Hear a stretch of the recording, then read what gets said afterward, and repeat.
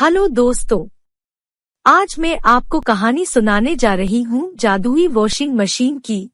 चलिए देखते हैं ये जादुई वॉशिंग मशीन क्या कमाल करती है।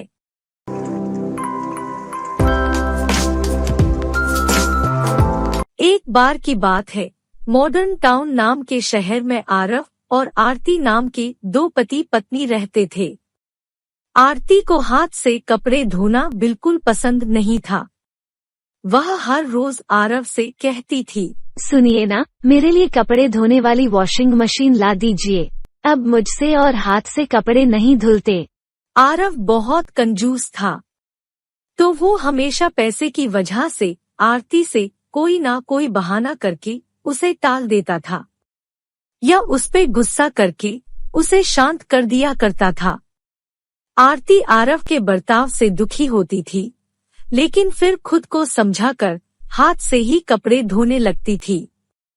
एक दिन आरती की पड़ोसन सीमा उसे रास्ते में मिलती है। सीमा ने आरती को बताया कि वो हाल ही में एक ऑटोमेटिक वॉशिंग मशीन लेकर आई है। अब तो सीमा जब भी कभी आरती को घर के बाहर देखती, तो अपनी ऑटोमेटिक वॉशिंग मशीन की खूब बड़ाइयां करती। एक शाम सीमा आरती के घर आती है और आते ही फिर से अपनी ऑटोमेटिक वॉशिंग मशीन की बड़ाइयां करना शुरू कर देती है। तुमको पता है आरती, जब से मैंने वो ऑटोमेटिक वॉशिंग मशीन ली है, तब से मुझे कपड़े धोने में बिल्कुल भी मेहनत नहीं करनी पड़ती। बस मशीन में गंदे कपड़े डालो और सीधा सूख कर ही बाहर आते हैं। यह सुनकर आरती एक पल को दुखी तो बहुत होती है कि काश उसके पास भी ऐसी कोई मशीन होती, तो उसको कपड़े धोने में इतनी मेहनत नहीं करनी पड़ती।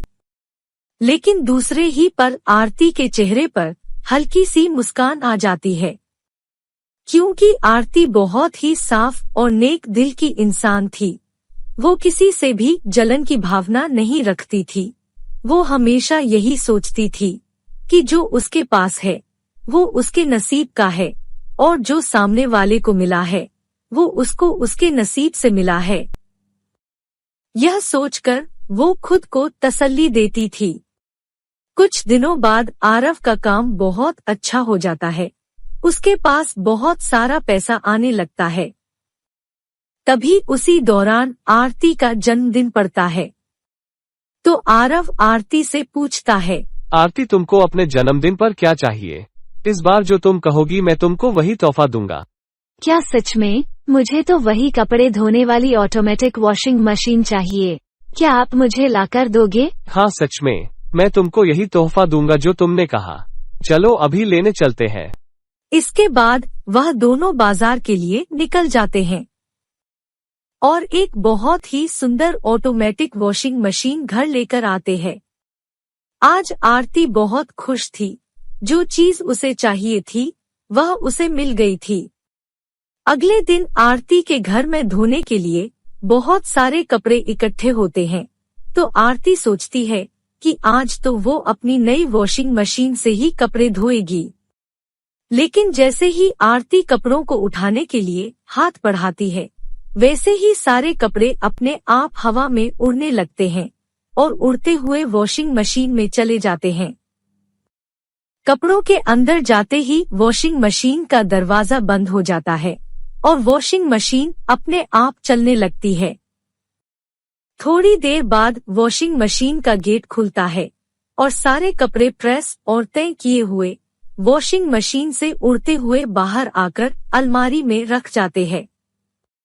यह सब देखकर आरती बहुत हैरान हो जाती है और सोचने लगती है, ऑटोमेटिक वॉशिंग मशीन में तो कपड़े हाथ से ही डालने पड़ते हैं। कपड़े उड़कर तो नहीं जाते। फिर यह मशीन ऐसा कैसे कर पा रही है? और इस मशीन को कैसे पता चला कि मैं कपड़े धोना चाहती हूँ? मेरे तो कुछ समझ नहीं आ रहा, ये हो क्या रहा है? यह सुनकर वॉशिंग मशीन बोलती है, मैं एक जादुई वॉशिंग मशीन हूँ। तुम एक नेक दिल की अच्छी औरत हो, इसलिए मैं तुम्हें मिली हूँ।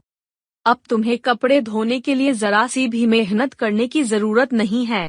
आरती ये बात सुनकर बहुत खुश हो जाती है और जादुई वॉशिंग मशीन को गले से लगा लेती है। लेकिन ये सारी घटना घटते हुए आरती की पड़ोसन सीमा देख लेती है। और आरती से जलने लगती है और सोचती है, अब मैं इसके सामने कैसे डींग मारूंगी। इसके पास तो मुझसे भी अच्छी ऑटोमेटिक वॉशिंग मशीन आ गई है, लेकिन इसे यह मशीन मिली कहाँ से? ऐसी मशीन तो कहीं नहीं मिलती है बाजार में। क्यों ना मैं इसकी मशीन को चुरा लूं, फिर तो मुझे बिल्कुल भी मेहनत नहीं करनी पड़ेगी कपड़े धोने में, और मैं बाकी के भी सारे काम इसी जादुई वॉशिंग मशीन से करवा लूंगी। दूसरे दिन आरती को घर का सामान लेने बाजार जाना होता है। तो आरती जब भी बाजार जाती थी तो वह अपने घर की चाबी अपनी पड़ोसन सीमा को दे जाया करती, क्योंकि बीच में अगर आरती के पति आरव को घर पर कुछ काम होता तो वह सीमा से घर की चाबी ले लिया करता। मौके का फायदा उठाकर सीमा अपनी साधारण वॉशिंग मशीन से आरती की जादुई वॉशिंग मशीन को बदल देती है, क्योंकि दिखने में दोनों वॉशिंग मशीन एक जैसी थी। अब घर जाकर सीमा उस जादुई वॉशिंग मशीन में कपड़े धोने की सोचती है। तभी वह वॉशिंग मशीन अपना काम शुरू कर देती है, लेकिन सारे कपड़ों को हवा में उड़ाकर अपने अंदर तो डालती है, पर वह उन्हें साफ करने की बजाय उन्हें और गंदा और मैला करके अलमारी में रखती है और सारे घर को भी गंदा कर देती है। ये देख सीमा जोर जोर से रोने लगती है। हे भगवान, इस वॉशिंग मशीन ने तो कपड़े साफ करने की बजाय गंदे कर दिए और मेरा घर भी इतना गंदा कर दिया। सीमा की रोने की आवाज सुनकर आरती उसके घर आ जाती है, तो सीमा उससे रोते रोते कहती है, यह देखो, तुम्हारी बेकार वॉशिंग मशीन ने मेरे घर का क्या हाल किया है। इसने मेरे सारे कपड़े साफ करने की बजाय गंदे कर दिए और मेरे घर का ये हाल कर दिया। तुम मुझे मेरी वॉशिंग मशीन वापस कर दो और अपनी बेकार मशीन को यहाँ से लेकर जाओ। तब वॉशिंग मशीन बोलती है, तुम एक कपटी और दूसरों से जलन की भावना रखने वाली चोर औरत हो।